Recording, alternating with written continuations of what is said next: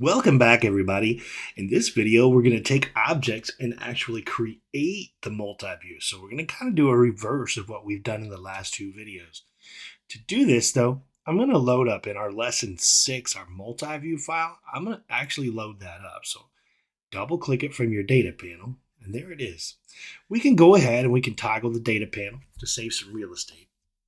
But now I'm going to do it a little different. I'm going to go up here to the design area. We're going to go to drawing and we're going to say from design. So drawing and from design. We'll get a little menu pop up. For full assembly, that's okay because right now we just have one part. We might as well though get in the habit of saying select and then you click on the part. For create new and from scratch, and this is all okay. What I would recommend you do is do sheet size A. That's going to get you in a normal printer. So we'll click OK here. We might have to give it a second.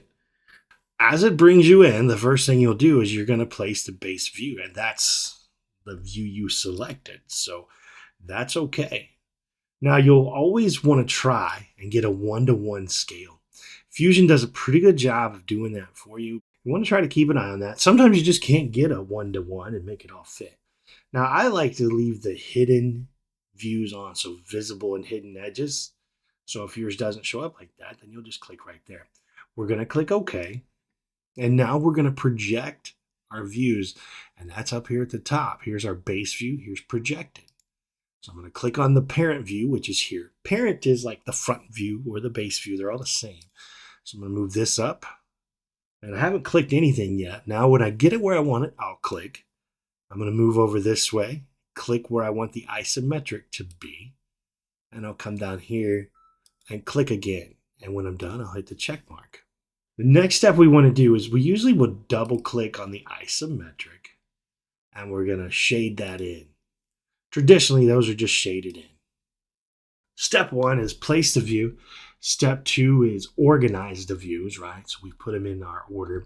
And then step 3, I look for holes, so center lines and hidden lines. Now, if we do that option, it's going to include the hidden lines for us. I don't have any holes on this part, so that means my next step is to dimension. So I'm going to go up here to dimension. And I'm going to say, all right, well, from here to here, that's 0.75. And then from here to here, that's 1.5. From here to here, and that's 2 inches. I'll come over here and say, well, from here to here is 0.5. I like to take, so I'm going to press escape, and I like to take that 0.5 if I can and scoot it up in there. Now I'll go back to dimension. And I'll click from here to here and move that out. So I've got pretty well everything. Now I do have a little bit of an issue here, right? So I'm going to say dimension and I'll say from here. And notice what I'm doing. I'm not clicking here and here. I'm clicking here and the farther or the farthest out spot. Okay, that way it actually puts this little gap in here between the dimension line and the object. And what else I need to do is I say, all right, well, I need to know the thickness too, right? And that's going to be 1 inch. Now then we can look over here and it's like, well, why do I even need this other view? Truthfully, it shows the hidden line. So if we were to turn this to the right, and we were to look at this side over here, we wouldn't see that there's a cut, right? So that's why that hidden line's there. Now I could go ahead and say, well, from here to here, it's 1 inch. But actually, isn't that the same as this? Right? So I don't need them both. So if that is the case, I'll press escape and I'll delete one of them. Okay, I don't need them both. So this is kind of our finished product. This is actually what we'll show our teacher. I'm going to press that data panel in. So we're going to click save. And then we'll call this lesson 8 multi-view 1. Make sure we're in the Fusion Essentials folder and click save. All right, while we're in this video, let's go ahead and do another one together. All right, so I'm gonna go back. Actually, what I'm gonna do is I'm gonna double click this. This is the lesson 7 multi-view 2 that we did. I'm gonna double click it and open it. And we're going to repeat a lot of the same process we did last time. So there's the piece. So again, go up to design. Well, let's do this. Let's toggle that data panel, right? We'll go to design. We're going to say drawing and from design. These could stay the same, but let's get that good habit of saying select and clicking the part.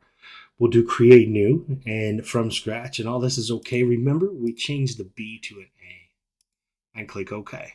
So step one, there's that base view. Notice the scale this time is 1 to 2, and that's okay. Like I said, we try to get 1 to 1, but Fusion does a pretty good job of figuring that out for us. So I'll place the view and click OK.